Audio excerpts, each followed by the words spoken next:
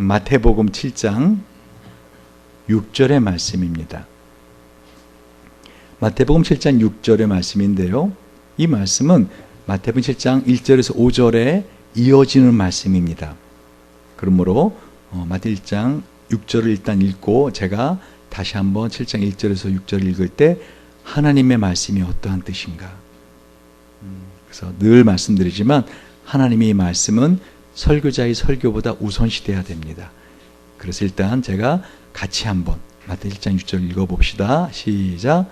거룩한 것을 개에게 주지 말며 너희 진주를 돼지 앞에 던지지 말라. 저희가 그것을 발로 밟고 돌이켜 너희를 찢어 상할까 염려하라. 지금 예수님께서 갑자기 전혀 문맥하고 맞지 않는 것 같은 이 말씀을 툭 던지세요. 근데 이게 결코 갑자기 문맥하고 맞지 않는 엉뚱한 말씀이 아니라 앞에 부분하고 이어지는 말씀이에요. 다시 한번 읽어볼게요. 제가 여러분 잘 들어보세요. 비판을 받지 아니하려거든 비판하지 말라. 너희의 비판하는 그 비판으로 너희가 비판을 받을 것이요 너희 헤아리는 그 헤아림으로 너희가 헤아림을 받을 것이니라. 어찌하여 형제의 눈 속에 있는 티는 보고 네 눈 속에 있는 들보는 깨닫지 못하느냐. 보라, 네 눈 속에 들보가 있는데 어찌 형제에게 말하기를 나로 네 눈 속에는 티를 빼게 하라 하겠느냐. 외식하는 자여, 먼저 네 눈 속에서 들보를 빼어라. 그 후에야 밝히 보고 형제의 눈 속에서 티를 빼리라. 거룩한 것을 개에게 주지 말며 너희 진주를 돼지 앞에 던지지 말라. 저희가 그것을 발로 밟고 돌이켜 너희를 찢어 상할까 염려하라. 오늘 이 본문의 마태복음 7장 6절의 말씀을 여러분 정확히 이해하시려면 그러니까 지난주에 설교했던 마태복음 7장 1절 5절의 말씀을 꼭 유튜브를 통해서 들어보셔야 됩니다. 지난 시간에 어떤 말씀의 문맥 속에서 이 말씀을 하셨는가. 그냥 마태복음 7장 6절만 딱 보면은 이게 무슨 말씀이지? 여러분 금방 이해가 되세요? 저는 이 말씀 때문에 한 주간 내내 머리를 썩혔거든요. 한 주간 내내. 도대체 왜 이 말씀을 하시는가? 여러 주석도 보고 여러 목사님들의 책을 봤지만은 그 예수님께서 쭉 지금까지 마태복음 5장 1절 산상보훈을 말씀하신 문맥 속에서 볼 때 시원하게 해답이 되질 않아서 참 마음이 답답했었습니다. 근데 너무 쉬운 거를 제가 너무 어렵게 보았구나 하는 것을 깨닫게 되었어요. 뭐냐면은요, 마태복음 7장 1절에서 5절은 무엇이었죠? 우리 지난 시간에 기억해 보세요. 어떤 말씀이었죠? 한마디로 비판하지 마라. 너희가 비판하는 그 비판으로 너가 비판을 받을 것이다. 그런데 우리는 이것이 다른 사람을 비판하지 말라 하기 이전에 누구를 먼저 비판한다는 거예요. 사람들은 나를 비판하더라. 그걸 어떻게 한다고요? 다른 사람들이 티끌이 보이는 것은 내 눈 속에 이미 그 사람이 같은 같은 들보가 있다라는 것이죠. 그렇죠? 오늘 그 말씀이에요. 그죠? 다른 사람이 저 사람 왜 저러지?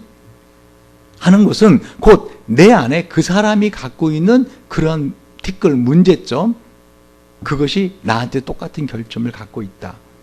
그러니까 예수님께서 왜 이 말씀을 하셨는가 하면은 한마디로 하나님이 선악을 알게 하는 나무를 따먹지 말라. 왜 그 많고 많은 계명 중에서 왜 이 한 가지 계명을 사람에게 주셨을까? 다시 말하면 그렇게 하지 말았어야 돼. 내가 그렇게 하지 말았어야 돼. 또 저 사람은 저렇게 하면 안 돼. 하는 것은 뭐죠? 내가 바로 선악, 이게 옳은 거야. 이렇게 하는 게 옳은 거야. 저렇게 하는 게 옳은 거야. 저게 틀린 거야 하는 선악을 구분하는 것이 나에게 있으면 누가 죽어요? 우선 내가 죽더라는 거죠. 그러니까 내가 그렇게 말했으면 안 돼. 내가 행동했으면 안 돼. 하고 죄책감을 갖는 것을 끝나지 아니하고 끊임없이 나는 왜 그러지? 하고 나를 갖다가 비판하게 되면은 내 영혼이 죽어가더라는 것이죠. 그리고 그것을 입으로 말해서 다른 사람에게 비판하면 어떻게 해요? 그 말을 들은 사람이 죽어가더라는 것이에요. 기억나십니까? 그래서 그 비판하는 말을 하면은 결국은 자기 영혼이 죽어가고 그 말을 듣는 사람이 죽어가고 그리고 그 비판하는 대상의 영혼이 죽어가더라는 것이죠. 그래서 하나님이 그 많은 것 중에서도 선악을 알게 하는 나무 열매는 따먹지 말라. 왜? 우리를 사랑하시기에. 하나님 우리에게 주신 것은 나쁜 것이 하나도 없습니다. 어떤 사람들은 그렇게 말해요. 아니, 선악을 알게 하는 나무를 에덴 동산에 안 심어놨으면은 안 따먹었을 거 아니에요. 왜 따먹게 만드시고는 따먹고 나서 우리에게 이런 죽음이 오고 고통이 오고, 왜 사랑하는 사람이 죽음으로써 떨어지는 헤어지는 고통을 우리가 겪어야 돼요? 왜 내가 죽어야 돼요? 아니, 선악을 알게 나무를 심어놓으면 하나님이 신이시고 하나님이 창조주시고 나는 피조물이라 하는 것을 구분하기 위한 구분으로 두셨다면은 이 야자수나무처럼 높은 곳에 선악과 나무가 열리게 해서 이브가 올라가다가 못 올라가서 올라가기 힘들어서 너 매치 하고 내려오게 하시지. 안 익고 더럽고 매식고 치사해서 안 먹어 하고서 내려오게 하시지. 왜 쉽게 따먹게 하는 높이에다 누고 먹으니까 그걸 먹었다고 또 에덴도 쫓아내시고, 왜 그러세요? 하나님 우리 갖고 장난치시는 거예요?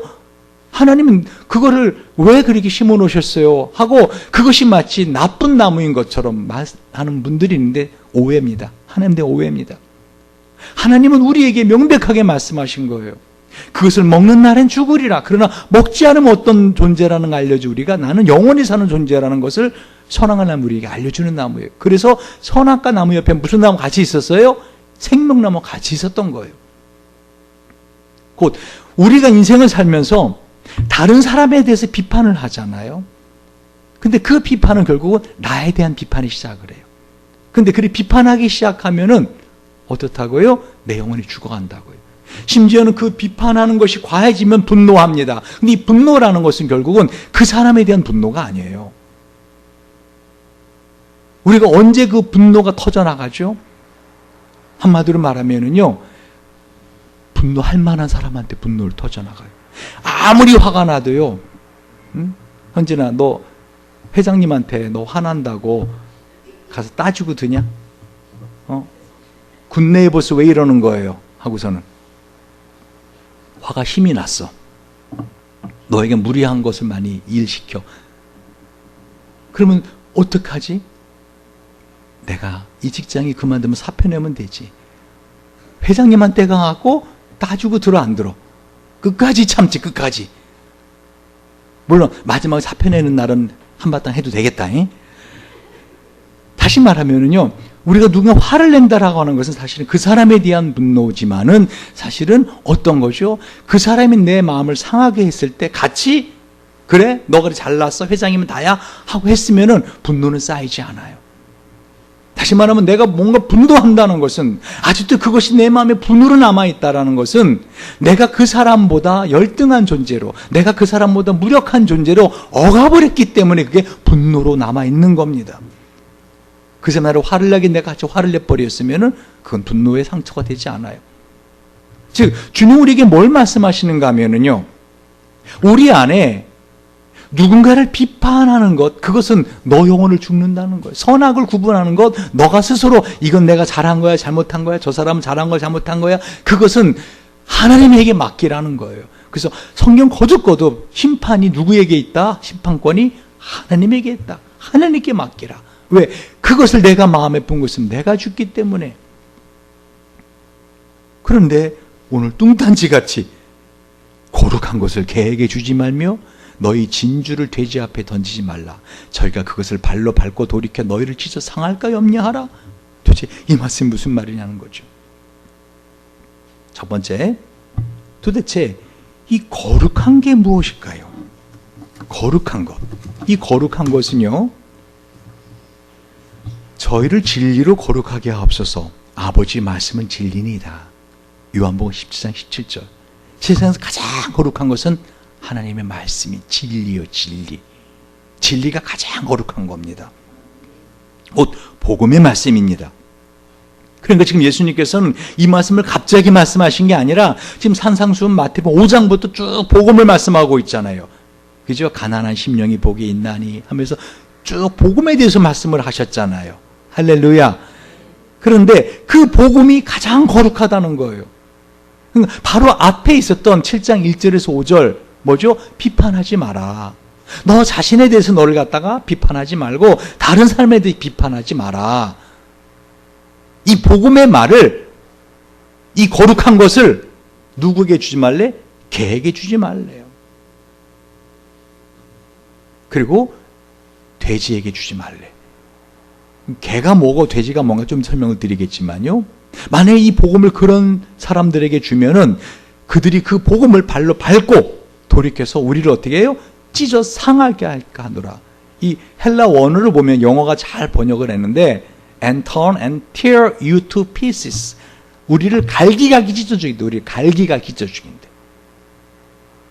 그러니까 이 복음을 개나 돼지 같은 사람에게는 주어서 그것을 리스폰스, 반응이 올 때 좋지 않은 반응이 올 것이다. 그걸 말씀하시는 거예요. 여러분, 고린도서 12장 10절을 보면은요, 영분별의 은사를 주님께서 말씀하세요. 영분별의 은사. 다시 말하면 주님이 지금 벌써 비판하셨네. 어떤 사람을 개나 돼지라고 하시네. 이건 비판이 아니에요. 분별입니다. 분별.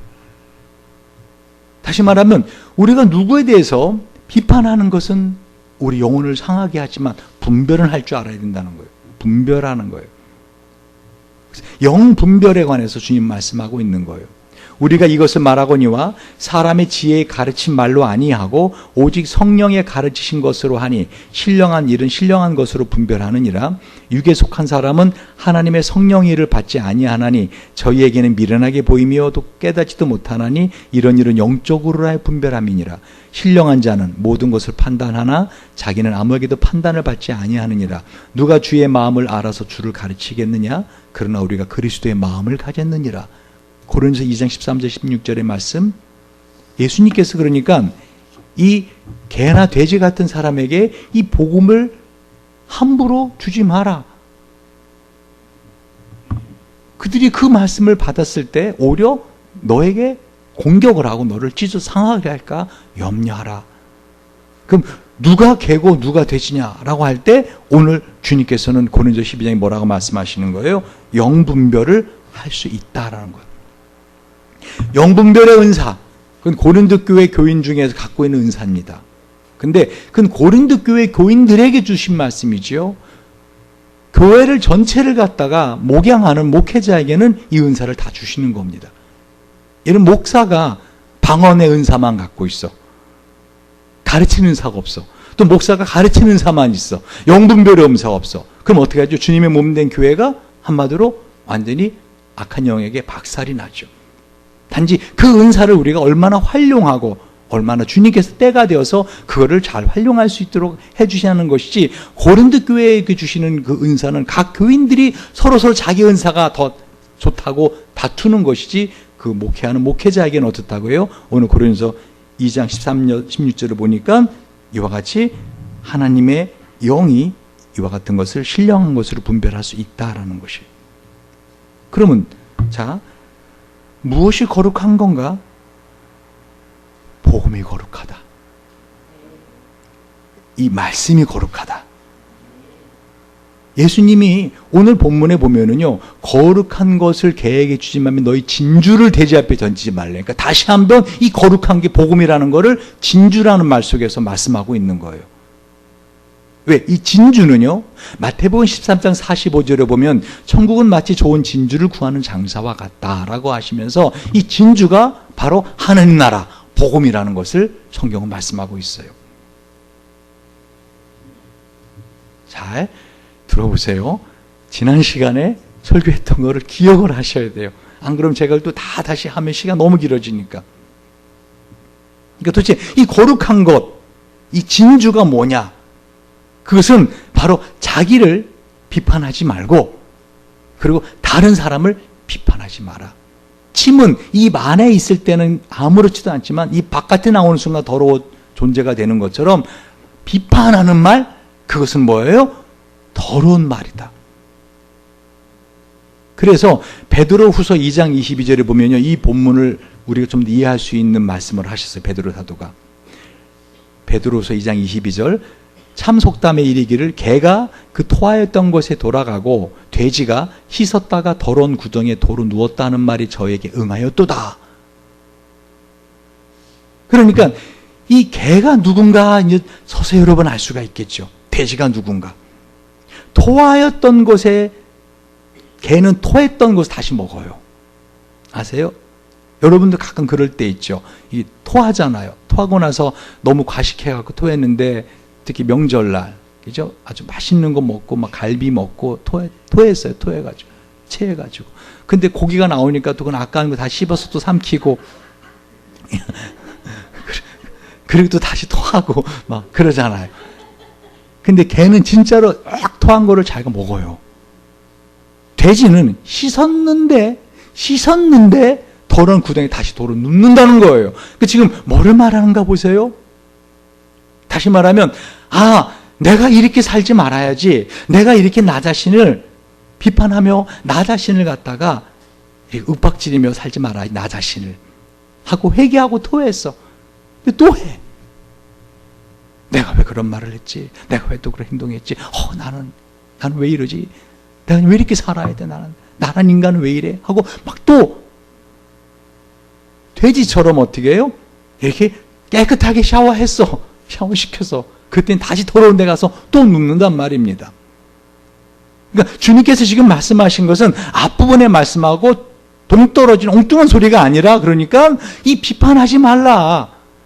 너 스스로도 너를 비판하지 말고 다른 사람 비판하지 마라 하는 말을 결정적으로, 아주 함축적으로 예를 들어 말씀하신 거라는 것입니다. 할렐루야. 특별히 이 개는요, 성경에서 이 먹지 말아야 되는 음식 중에 하나로 구분해 놨어요. 여러분, 짐승 중에서 먹지 말아야 되는 짐승이 이 굽이 갈라지지 않은 짐승은 먹지 마라 그래. 개는 굽이 안 갈라졌어요, 발이. 신학자들은요, 이것을 갖다가 한마디로 이와 같이 이방인들, 이 갈라졌다, 분별하다라는 것은 거룩해졌다, 구분되었다라는 뜻이거든요. 그러니까 이방인들을 개라고 표현한다라고 성경은 말씀하고 있어요. 특별히 이 개는요, 되새김질을 하지 않아요. 성경에 보면은 굽이 갈라지고 되새김질하는 동물만 먹으라고 돼 있어요. 그러니까 한마디로 이 개는 굽도 갈라지지 않았고 되새김질도 하지 않는, 한마디로 하나님의 나라 백성이 아닌, 그래서 빌립보서 3장 2절에 보면 개들을 삼가고 행악하는 자들을 삼가고 손 할례당을 삼가라 하고 예수님께서 이 개들을 삼가라 라고 말씀하고 있어요.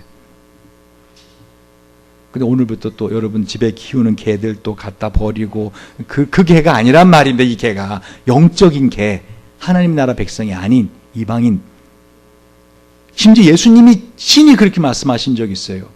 한 수르보니게 지역에 한 여인이 자기 자녀를 고쳐달라 그러자 어떻게 하죠? 예수님께서 자녀의 떡을 취해서 개에게 주는 것이 마땅하지 않다라고 하면서 그 여인에게 뭐라고 말해? 너는 개다라고 말해. 근데 그 여인이 대단한 믿음을 가졌죠. 옳습니다, 주님. 그러나 개들도 자녀의 상에서 떨어지는 부스러기를 먹지 않습니까? 저는 예수님의 은혜를 받을 만한 자격 없는 이방 여인입니다. 그러나 제발 제 자녀 좀 고쳐주시옵소서. 그러자 예수님이 그 믿음이 크도다 하고 자녀를 고쳐주는 걸 봅니다. 시편 22편에도요, 이 다윗의 입을 통해서 예수님을 못 박은 로마 병사들이 이 바리새인과 서기관과 제사장들 함께 십자가 밑에 있었죠. 22장 16절을 보면요, 시편, 개들이 나를 에워쌌으며 악한 무리가 나를 둘렀는데 손과 발을 찔렀나이다 하면서 예수님이 이 개들이 나를 에워쌌다라고 말하고 있어요. 이게 개는 그러니까 왕왕왕 짖는 개가 아니라 지금 하나님을 믿지 아니하는 그런 이방인들을 총칭해서 개라고 표현하는 걸 보고 있어요. 성경은 여러 군데에서요, 이 개나 돼지 같은 사람들에 대해서 말씀하고 있어요. 사도행 6장 10절 11절을 보면은요, 내가 누구에게 경책하여 듣게 할꼬 보라 그 귀가 할례를 받지 못하였으므로 듣지 못하는도다. 보라 여호와의 말씀을 그들이 자기에게 요구로 여기고 이를 즐겨 아니하니 그러므로 여호와의 분노가 그들에게 가득하여 참기 어렵도다.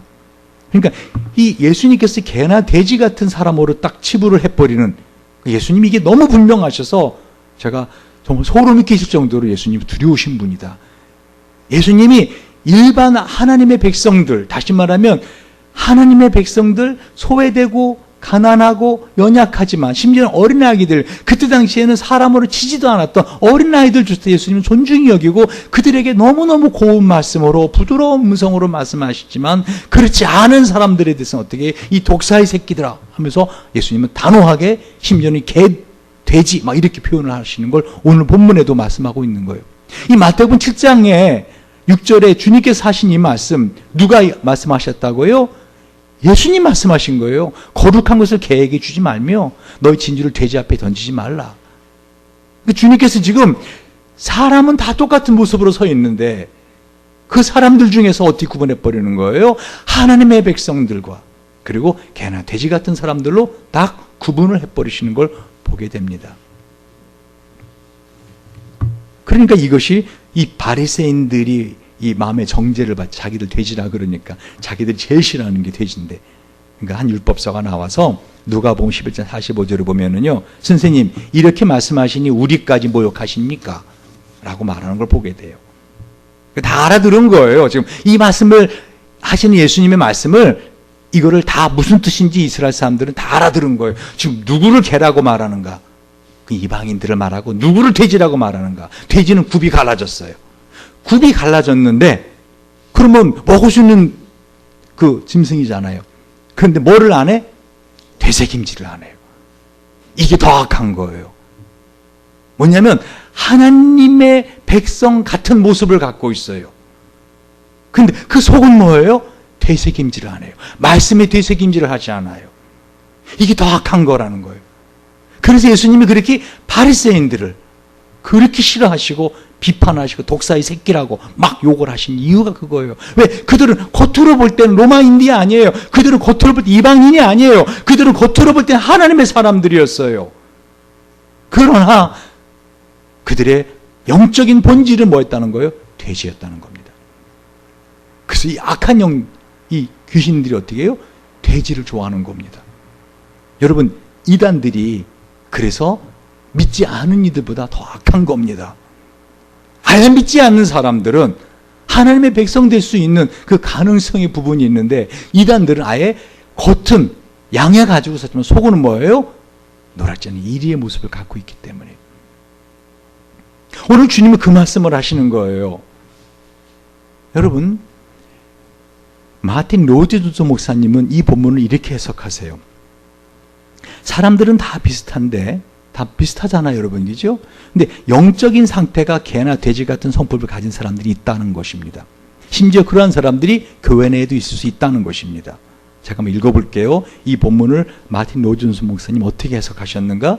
육신의 생각은 하나님과 원수가 되나니 라고 로마서 8장 7절에서 바울은 말했습니다. 곧 개와 돼지의 성품입니다. 저는 사람으로 하여금 하나님을 미워하게 하며 또 미움이 가득한 자요 피차 미워한 자였습니다. 그러니까 그 마음에 미움이 가득 차면 뭐예요? 그 사람은 바로 겉으로는 하나님의 사람이지만 돼지의 성품을 가진 사람이다. 바울은 디도서 3장 3절에서 말씀하고 있습니다. 이 얼마나 무서운 존재입니까? 오늘 세계에서도 그 당시와 동일한 반응을 볼 수 있습니다. 어떤 사람들에게 진리를 제시해 보십시오. 그것을 비웃고 조롱하며 침을 뱉습니다. 죄가 사람에게 주는 영향이 이와 같습니다. 죄가 사람의 성품에 이런 영향을 주는 것입니다. 죄는 사람의 깊은 곳과 중추부에 들어가 사람을 미워하게 하고 하나님과 순결과 청결과 성결과 진리에 대하여 철저히 적대하게 하는 것입니다. 그들이 죄와 사탄의 지배 아래에 있으며 마귀의 속임수 아래에 있으며 죄가 너무 뒤틀리고 혹해되고 오염되었으므로 영적 의미에서 그들은 이렇게 실로 개와 돼지의 상태에 있는 것입니다. 라고 마틴 로이준 목사는 이 부분을 오늘 마태 7장 6절 이렇게 해석하고 있어요.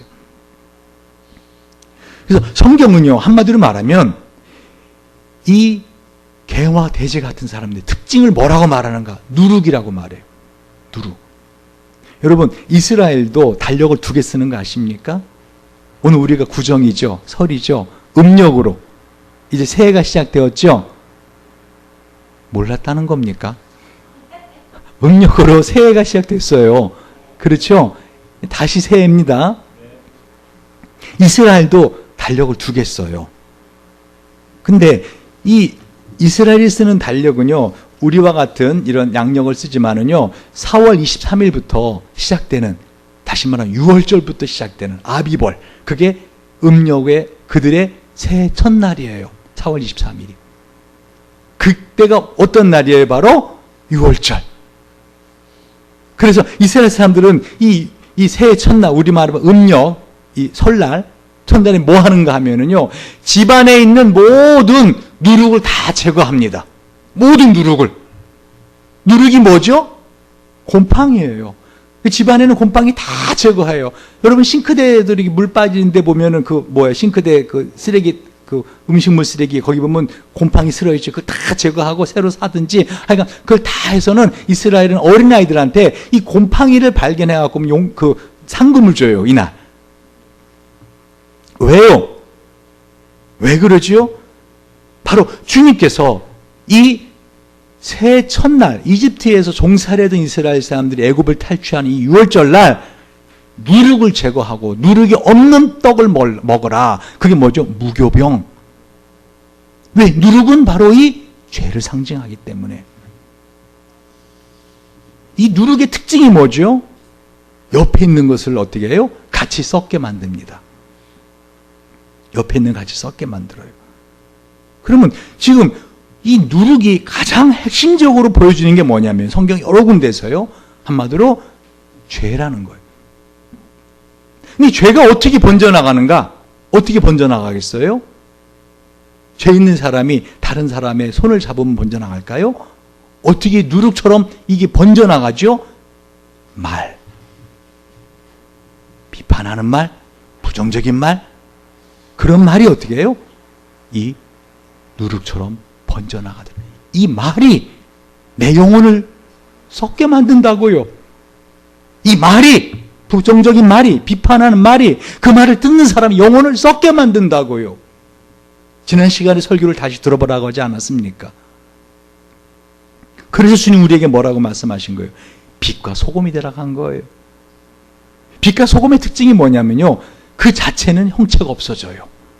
빛도 소금도. 소금도 물에 넣으면 녹아서 없어져요. 근데 이 누룩은, 죄는 어떻게 하죠? 계속 더 크게 부풀려 올라요. 밀가루에도 누룩을 주면 어때요? 밀가루가 부풀어 올라와요. 그럼 또 어떤 분은 예수님께서 설교하신 것 중에 그 누룩의 비유는 어떻게 되는 겁니까? 그건 죄를 갖다가 집어넣으라는 겁니까? 예수님이 그 앞과 뒤를 쭉 보세요. 뭐죠? 하나님의 나라는 겨자씨와 같이 조그만 것이 커지는 이런 특징이 있는데, 그것은 외적인 성장을 말해요. 그리고 겨자씨와 같이 누룩은 형질을 변하게 합니다. 그래서 하나님께서는 이와 같이 하나님의 나라 설명할 때 한 비유로 설명하신 것이지, 누룩 자체는 성경 여러 군데에서 죄를 말하고 있어요. 그래서 마가복음 8장 15절에 보면은요, 예수님께서 바리새인의 누룩과 헤롯의 누룩, 사두개인의 누룩을 조심하라 라고 말씀하는 거예요. 왜? 이 바리새인의 누룩은요, 우리 삶에 들어오면 외식하는 자가 돼요. 자기 의를 자랑합니다. 빛과 소금처럼 자기가 녹아져 없어지는 것이 아니라 자기 의를 자랑하고 남을 정죄하고 판단하게 됩니다. 교만하고 그럴 땐 선민사상에 빠지게 됩니다. 근데 이 한마디 개나 돼지 같은 이 성품을 가진, 이 누룩을 가진 사람들의 특징은 자기는 절대 아니라고 생각해. 바리새인들이 그러지 않았을까요? 나야말로 하나님의 백성 아닌가? 나야말로 하나님을 가장 사랑하는 사람 아닌가? 하나님의 나라를 위해서 나만큼 열심히 사람이 있으면 나와보라 그래 하고 바리새인들이 열심히 하나님 나라를 섬긴다고 했다고요. 그런 주님은 바로 그들이 바로 돼지 같은 사람들이다. 그들이 바로 누룩이다. 헤롯의 누룩은 뭐지요? 거짓과 술수와 선지자와 의인을 죽이는 더 악한 누룩이지요. 사두개인의 누룩은요, 신앙의 형식주의, 합리주의, 이런 누룩이 우리 속에 들어오면은요, 우리를 갖다가 변질시킨단 말입니다. 이런 누룩이 교회에 들어오면 교회를 변질시킨단 말입니다. 그래서 주님이 어떻게 했다고요? 누룩을 제거하라. 그래서 이 아비벌, 이 6월절 첫날에 첫 번째 하는 게 뭐라고요? 바로 집안에 있는 모든 누룩을 다 제거하는 게 이스라엘 사람들이 하는 행사 중에 가장 큰 행사입니다. 여러분, 전 세계에서 비아그라를 제일 많이 먹는 나라가 어딘지 아세요? 국민 수에 비해서. 저도 인터넷 보고 깜짝 놀랐어요. 이스라엘 사람이래요. 이스라엘 사람들은 비아그라를 그렇게 많이 먹는답니다. 이 비아그라가 남자들에게 전립선에도 좋대요. 매일 먹으면은, 거의 매일 먹으면 치료가 된답니다. 어쨌든 제가 한번 인터넷 읽어볼게요. 그래서 이 누룩을 제거해야 되는데, 세상에 이 비아그라 안에 들어있는 비아그라 껍데기 있죠. 그 껍데기가 캡슐이 처음에 이게 밀가루로 돼 있었대요. 그러니까 그것도 오래되면 누룩이다, 곰팡이다. 그래가지고 이스라엘이 그걸 갖다가 전면적으로 수입을 금지했답니다. 이스라엘 사람들이 얼마나 이 비아그라를 많이 먹는가 하면 1분에 하나를 먹는데요. 1분에 하나. 그렇게 많이 먹는데. 그래서 2006년 인터넷 보니까 2006년 그 비아그라를 갖다 이스라엘에 들어가는 것은요, 바로 그 캡슐을 용도를 밀가루, 발효한 밀가루가 아닌 다른 캡슐로 해서 수입이 허락됐답니다. 랍비청이라는 게 있대요, 이스라엘은. 랍비청은 저도 지난 이스라엘 가봤더니 철저하게 음식에 대해서 철저하게 구분합니다. 그래서 그 랍비들이 그 도장이 찍힌 음식만 그 호텔 안에서 먹게끔 돼 있어요. 철저하게. 그러니까 아니 똑같은 포도인데 왜 그런 건 안 먹고 이걸 먹어야 돼요? 그랬더니 포도를 재배하는 순간부터 랍비가 다 검사한답니다. 혹시 하나님 백성이 먹어서는 안 되는 거름을 넣지 않았는가 하면서 이제 그런 철저하게 검사를 해서, 그리고 랍비청에서 바로 이와 같이 비아그라 껍데기가 이와 같이 누룩으로 만든 거라 안 된다 하다가 2006년에 그 혐의가 풀려서 이제는 잘 들어간답니다. 계속 잘들 먹는답니다. 지금 뭐를 말하려고 그래요? 철저하게 성경은 누룩을 제거하라. 다시 말하면 이 개나 돼지 같은 사람들은 어떤 사람들이에요? 하나님의 나라를 허무는 사람들입니다. 근데 그 하나님의 나라가 어디 있다 그랬어요, 여러분? 여러분 마음 안에 있다 하지 않았어요? 할렐루야. 그러니까 여러분의 마음, 하나님의 나라를 허무는 가장 무서운 게 뭐라겠어요? 비판하는 거, 나를 비판하는 거예요. 내가 왜 이래? 심지어는 이게 심한 사람은요, 제가 상담을 하다 보면은요, 정말 그 사람 훌륭한 사람이에요. 정말 훌륭한 사람인데 자기가 한 모든 일은 다 쓰레기래, 쓰레기. 정말 훌륭한 사람인데, 저보고, 교수님, 제가 그거 사실은 쓰레기인데 그걸 심사한 분들이 제대로 심사 못 해갖고 저를 갖다 그 논문을 받아줘서 제가 들어간 거예요. 근데 그 교수들은 훌륭한 논문이라고 그 사람을 1위 논문으로 선정해 줬다고요. 그런데도 그렇게 자기를 비판해요. 나는 쓰레기 같은 존재예요. 나라는 존재는 차라리 죽어 없어지는 게 좋아요. 지금 누가 이 짓을 하는 거예요?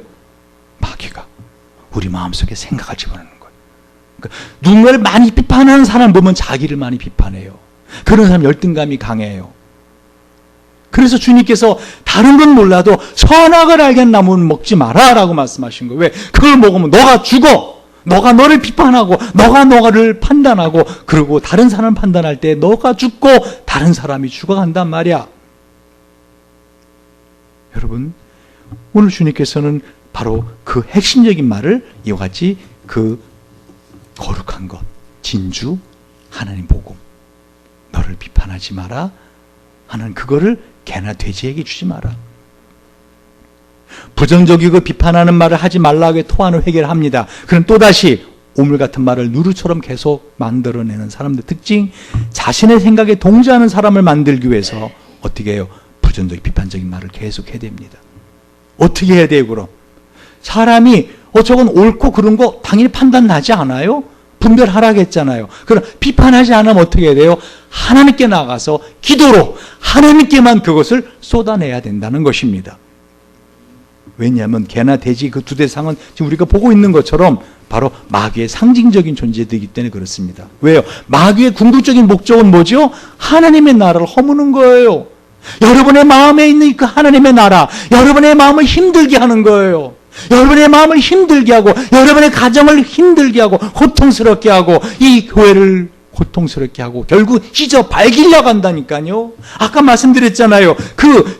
개나 돼지가 그 돼지가 진주를 그 앞에 던졌더니 그것을 발로 밟고 어떻게 한다 그랬어요? 아주 갈기갈기 찢어놓는다 그랬죠. 갈기갈기 찢어놓는다고요.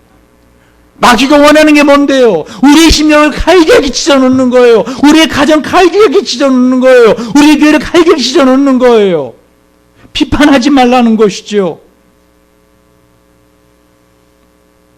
근데 이 이단들의 특징이, 가장 큰 특징이 뭔지 아십니까?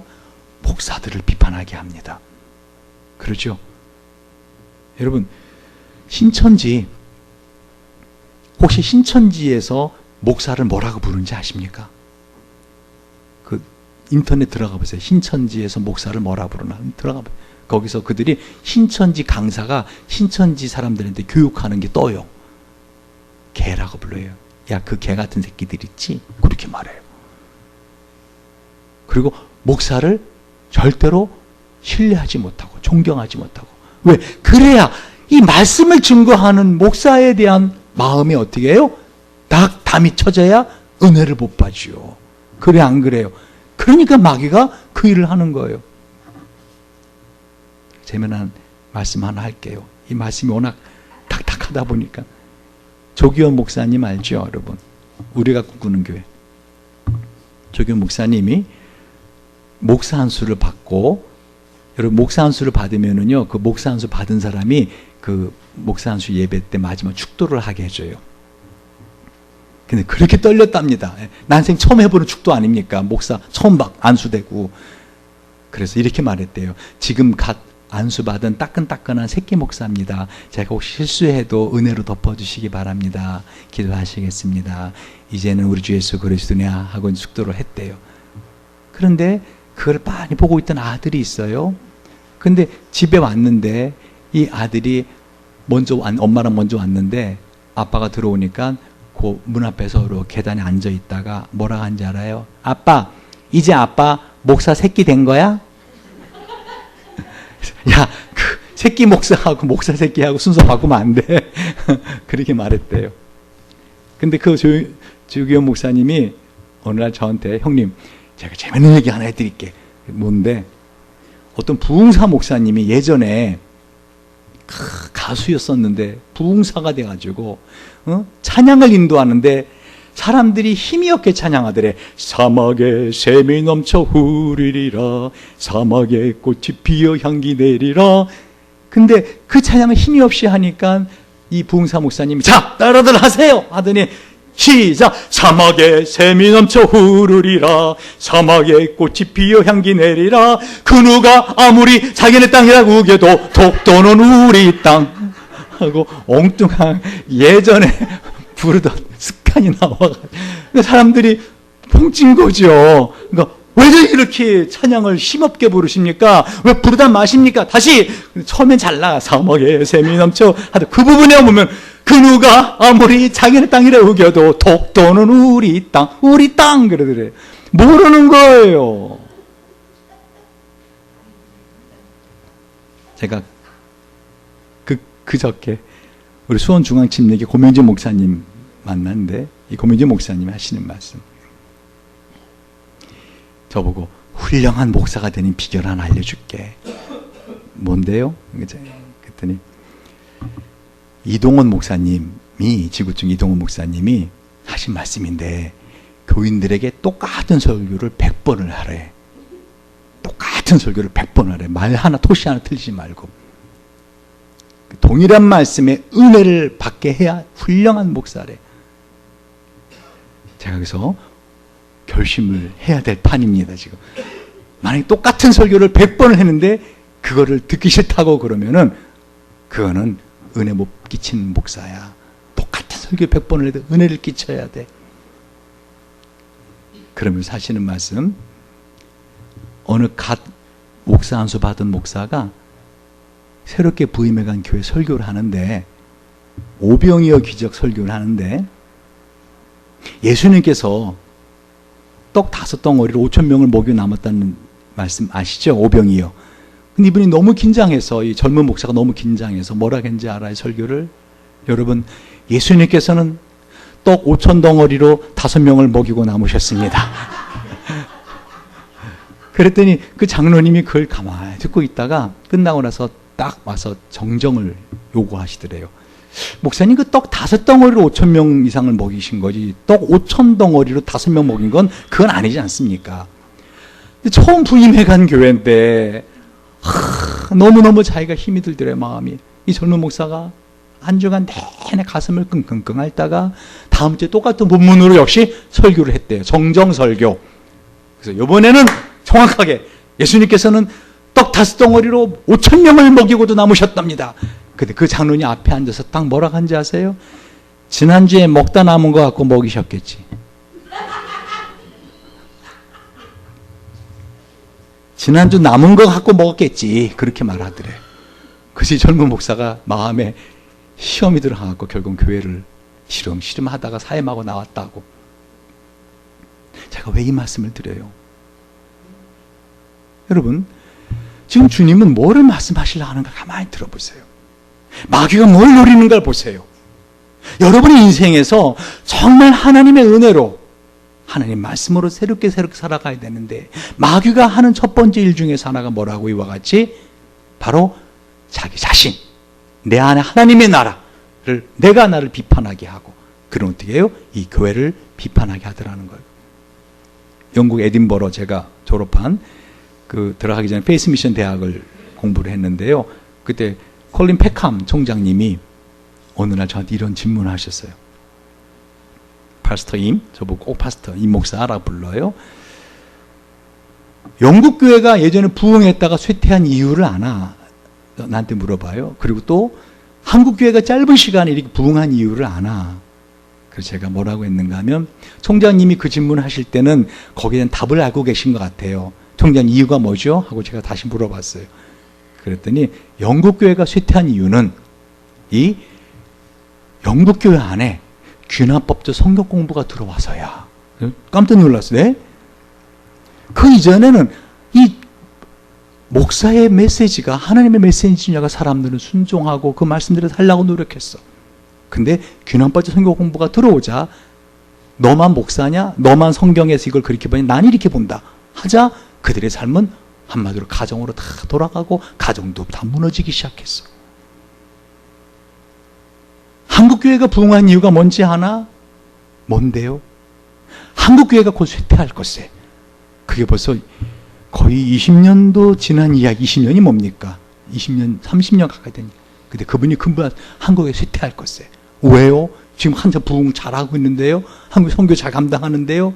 네, 내가 듣기로는 한국교회도 그러한 성경 공부가 들어가고, 그렇게 점점점 교인들이 한마디로 목회자를 사랑하는 마음에서 자기가 스스로가 모든 것을 판단의 기준이 되는 그런 것. 아주 위험하네. 그러면서 한 가지 말을 해요. 내가 가장 부러운 게 뭔지 아나? 총장님이, 백한 총장님이, 콜린 백한 총장님이. 뭔데요? 한국교회 그 부흥이라네. 한국교회 교인들이 하나님을 향한 사랑이라네. 사람은 눈에 보이지 않는 것을 사랑하기가 쉽지가 않네. 딱 그러더라고요. 왜 하나님이 이 교인들을 서로 사랑하라고? 왜 그러는지 아나? 예전에 한국교회 교인들이 집에 그야말로 조기 한 꾸러미가 와도 그 중에 실한 놈 한두 마리를 빼서 목사님 먼저 갖다 드리고 그걸 먹지 않았나? 과일이 좀 들어와도 그 중에 실한 과일을 몇 개 해서 이 쟁반에다가 목사님 먼저 갖다 드리고 그러기 전에는 먹지 말라고 하고 하지 않았나? 그게 아무것도 아닌 것 같아도 그런 과정을 통해서, 그런 행동을 통해서 눈에 보이지 않는 하나님에 대한 사랑이 커져가고 있는 것이네. 그렇기 때문에 한국교회 교인들이 그 눈에 보이지 않는 하나님에 대한 절대적인 사랑과 순종함을 가지고 교회를 일으켰는데, 이제 한국교회는 쇠퇴할 것에. 전 그분이 돌아가신 지가 벌써 오랜 시간 됐지만 지금도 귀에 쟁쟁합니다. 여러분, 또 이렇게 말하면 여러분 또 그래, 또 목사님 드디어 본색 나온다. 자기 섬겨달라고 저러는 거구나. 아니라니까요. 그게 아니라 여러분 정말 하나님의 복을 받고 여러분 안에, 여러분의 심령에, 여러분의 가정에 우리 교회 하나님의 나라가 융성이 일어나야 되는데 그거를 하지 못하게 하는 개나 돼지 같은 게 내 안에 있을 수 있다라는 것입니다. 그래서 어떻게 한다고요? Tear you to pieces. 아주 칼기하게 찢어놓을 수 있는 그게 뭐라고요? 여러분의 마음을 찢어놓고 가정을 찢어놓고 교회를 산산조각 찢어놓을 수 있는 것이 바로 이 개나 돼지처럼 머리를 안단 말입니다. 회개한단 말입니다. 토한단 말입니다. 그래 이젠 비판하지 않고 살아야지. 그래 그렇지 말아야지. 내가 하나님의 말씀으로 예수의 피로 어떻게 해요?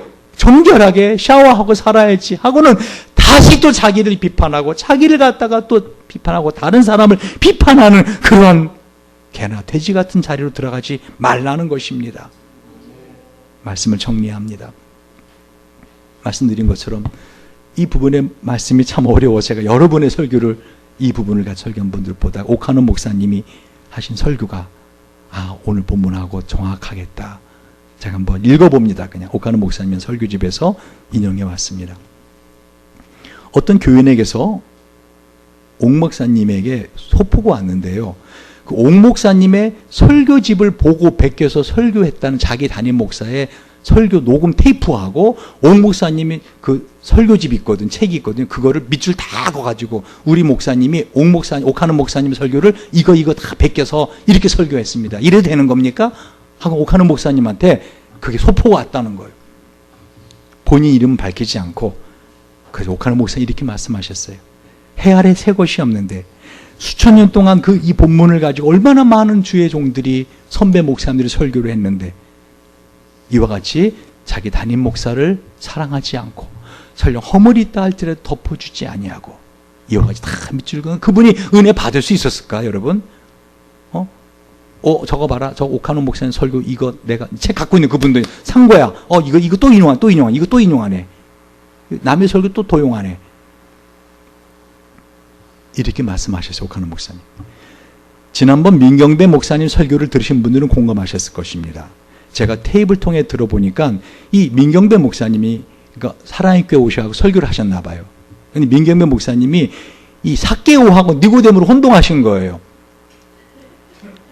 그래서 어떻게 설교를 하셨다고요? 그래서 니고데모가 나무 위에 있었는데 예수님이 지나가셨어요. 그런데 니고데모야 내려오라 하자 니고데모가 급히 내려오는 것이었습니다. 오카노 목사님 하시는 말씀. 저 목사님 완전히 삭개오를 니고데모로 착곡하셨구나. 얼마나 귀엽습니까?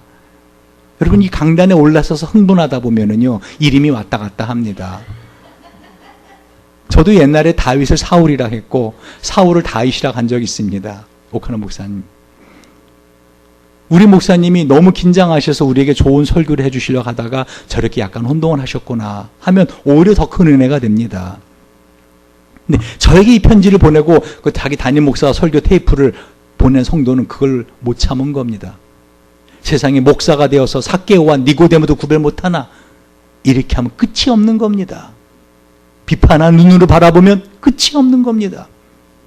이게 마귀가 원하는 겁니다. 제가 한번 계속 읽어봅니다. 비판하는 자들이 곧 돼지들 이고 개들입니다. 이런 사람들의 특징은 다른 사람들을 비판하는 것을 아주 잘하면서 아이러니컬하게도 자기를 비판하는 것을 가장 듣기 싫어하는 사람들입니다. 남의 말 잘하는 사람치고 남이 자기 말하는 거 잘 견디는 거 못 봤습니다. 전부 다 히스테리컬하게 반응합니다. 이거 오카노 목사님 목소리 흉내내야 되는데 제가 성령은 교회에 임하셔서 교회 안에 내주하시고 우리의 심령에 내주하시면서 우리로 하여금 예수님을 닮아가는 온전한 자가 되도록 하십니다. 그래서 우리의 인격을 통해서 사랑과 희락과 화평과 오래 참음과 자비와 양성과 충성과 온유와 절제라고 하는 아름다운 예수 그리스도의 인격 열매를 맺도록 해주십니다. 이렇게 온전한 인격을 닮아가도록 우리 안에서 창조적으로 역사하시는 성령이기 때문에 성령은 우리 혀를 통제하십니다. 왜 그렇습니까? 야고보가 말한 것처럼 말의 실수가 없으면 온전한 자이기 때문입니다. 그 사람의 인격의 성숙이나 비성숙을 말로 가지고 평가할 수밖에 없습니다. 그 신앙의 인격이 온전한가 온전하지 못한가 그 사람의 영적인 상태가 온전하지 못한가, 그 사람의 말로밖에는 평가할 수 없는 것입니다. 그러므로 이만큼 말이 중요합니다. 그러므로 성령은 우리의 말을 통제합니다. 성령이 예루살렘 다락방에 임하셨을 때 거기에 앉아있는 120문도의 말을 통제했습니다. 말을 통제했습니다. 그래서 성령의 말하게 하심을 따라 하나님의 크신 일을 말하지 아니할 수 없도록 만드셨던 것입니다. 마찬가지로 오늘도 우리 안에 거하시는 성령, 교회 안에 거하시는 성령은 우리의 입과 말을 통제하십니다. 우리가 비판합니까? 성령은 슬퍼하십니다. 우리가 선한 말을 합니까? 성령이 기뻐하십니다. 선한 말은 꿀송이 같아서 마음에 달고 뼈에 양약이 된다고 했습니다. 그런 선한 말을 형제에게 주고받을 때 성령은 우리 안에서 기뻐하시고 우리 안에서 충만하시지만, 우리가 성령을 거역하고 형제를 함부로 비판하면 혀로 형제를 살인하고 형제를 해치며 성령은 금심하고 성령은 소멸되는 것입니다. 그러므로 여러분, 우리 스스로를 서로 돌아봅시다. 형제를 비판하는 근성이 우리에게 남아 있습니까? 여러분은 성령의 통제를 벗어나기를 원하는 육신의 사람입니다. 성령의 사람은 성령에게 순종합니다. 비판하지 말라고 하는 주님의 말씀에 순종하기 원합니다. 그래서 나도 모르게 형제를 비판하려고 하다가도 혀를 깨물고 입을 다물려고 하는 노력을 서슴지 않는 것, 그것이 바로 우리의 하나님의 성령에 사로잡혀 있는 증거입니다. 이유가 무엇입니까? 우리는 성령에 사로잡혀 있기 때문입니다. 우리 모두 이런 사람이 되어야 합니다. 이런 사람들이 모이는 교회는 성령 충만합니다. 할렐루야. 이런 사람이 모이는 곳에 성령이 충만하게 역사하십니다. 우리는 하루에 줄잡아 25,000 내지 3만 마디 말을 한다고 합니다. 얼마나 많은 말을 쏟아놓을지 모릅니다. 말을 하고 나면 말은 금방 사라집니다. 그래서 무슨 말을 해도 시간이 지나면 다 없어지는 것으로 착각하기 쉽지만 그렇지 않습니다. 수많은 말이 사라지지 않고 남습니다. 어떤 사람의 마음에 남기도 하고 어떤 사람의 기억에 남기도 합니다. 그만큼 말은 오래 갑니다. 그리고 무서운 힘을 갖고 있습니다. 저는 예수님께서 왜 자기를 따르는 우리를 향해 비판하지 말라고 하시는가 하는 거 조금 이해할 수 있을 것 같습니다. 여러분, 비판이란 무엇입니까? 형제 약점이나 허물을 들추어서 험담하거나 공격하는 언어폭력입니다. 자기 안경을 쓰고 다른 사람을 보면서 시시비비를 가리는 것입니다. 자기의 자로 다른 사람을 재면서 길다 짧다 늘어놓는 것입니다. 마태복음 10장 16절에 누구든지 너희를 영접하지도 아니하고 너희 말을 듣지도 아니하거든 그 집이나 성에서 나가 너희 발에 먼지를 털어버리라고 했습니다. 사도행 13장 50에서 52절에 바울 일행은 비시디의 안디옥에서 발에 티끌을 털어버리고 이거니온을 향했다고 말했습니다. 그냥 포기하라는 것입니다. 복음은 강제적인 거 아닙니다. 복음은 말씀입니다. 즉 인격적인 것입니다. 복음은 강요가 아닙니다. 그 강요는 결국 당신의 신념이요 이념이 되어버린 인간적인 복음에 지나지 않습니다. 또 제가 옥하는 목사 설교 이렇게 많이 인용했다고 또 여러분 저를 비판하지 마시기 바랍니다. 왜요? 이 말씀이 맞기 때문에. 우리 주님은 우리에게 비판하지 말라 그러십니다. 비판하는 사람은 너 눈에 들보가 있다라는 거 알라는 거예요. 들보는 마음에 집을 바치고 있는 근간인 거 아십니까, 여러분? 들보가 무너지면 다 무너집니다.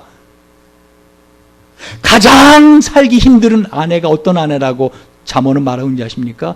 끊임없이 비판하는 여인입니다. 그런 여인과 함께 사느니 어떻게 차라리 혼자 사는 게 낫다라고 잠언은 말씀하고 있는 것입니다. 부정적인 말, 비판하는 말, 자기 영혼을 죽게 합니다. 그 말을 듣는 사람을 죽게 합니다. 예수님도 십자가에서 내려오라, 예수님을 저주하고 침을 뱉고 돌을 던지던 사람들, 예수님을 직접 희롱하고 채찍질하고 십자가를 못 박던 사람들, 용서할 수 없었던 거 아십니까, 여러분? 여러분, 오늘 이 시간에 자기를 용서하시기 바랍니다. 자기를 용서하시기 바랍니다. 내가 비판했던 사람들을 하나님 용서해달라, 내가 용서해달라고. 제가 전에 그랬잖아요. 우리 예수님도요, 그들을 용서하실 수가 없었던 거예요. 그래서 어떻게 하셨죠? 아버지요, 저들은 저들이 하는 걸 알지 못하나이다. 저들을 용서하여 주옵소서 하고 그 용서를 하나님께 맡기신 거 아세요? 여러분, 마음으로 도저히 나 그 사람 용서 못해요. 싫어요. 그거를 하나님께 말씀드리라는 거예요. 하나님, 난 용서 못하겠어요. 하나님이 용서해 주세요. 할렐루야.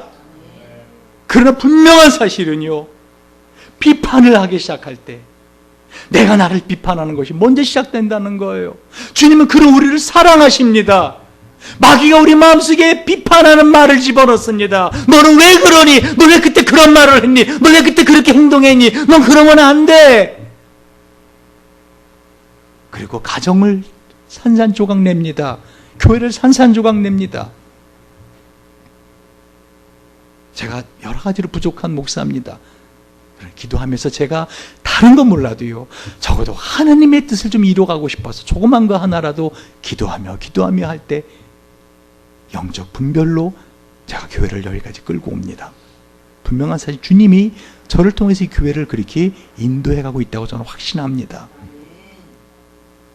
마지막으로 이혜인이라고 하는 시인이 말을 위한 기도라고 하는 시가 있더라고요.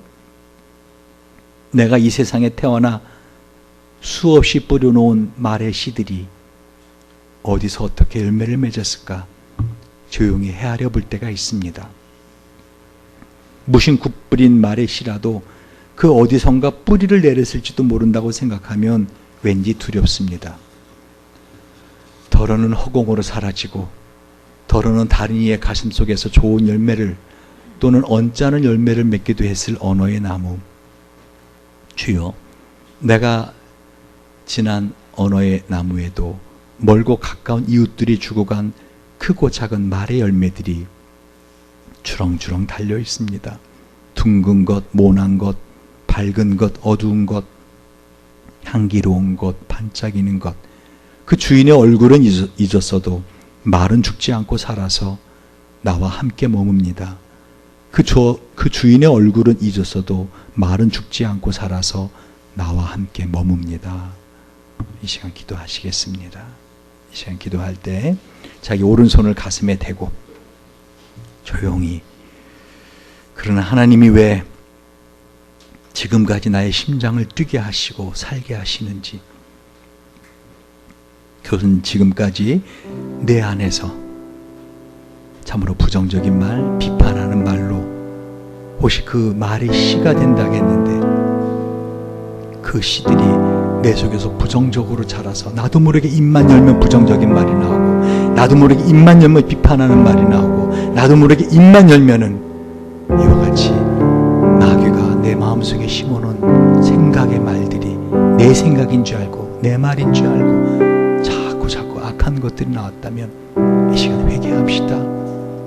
여러분 사랑하는 자녀들에게 그 마음에 악한 씨를 뿌려놨다면 이 시간에 주의 성령께서 그 악한 씨앗들을 태워달라고, 벌써 씨가 싹이 나고 벌써 열매 맺기 시작한다면 하나님 그 모든 뿌리를 뽑아달라고, 예수의 피로 씻어달라고, 우선 내 자신이 나에 대해서 부정적인 것, 나에 대해서 비판하는 것, 나를 못났다고 생각하는 것, 내가 하나님 앞에 나왔습니다. 주님이 날 사랑하십니다. 우리 한 시간 자기 자신에 대해서 부정적으로 생각했던 것 하나님 사랑하고 있다니까요. 십자가에서 죽도록 사랑하고 있어요. 여러분 자기 심장에 손을 대고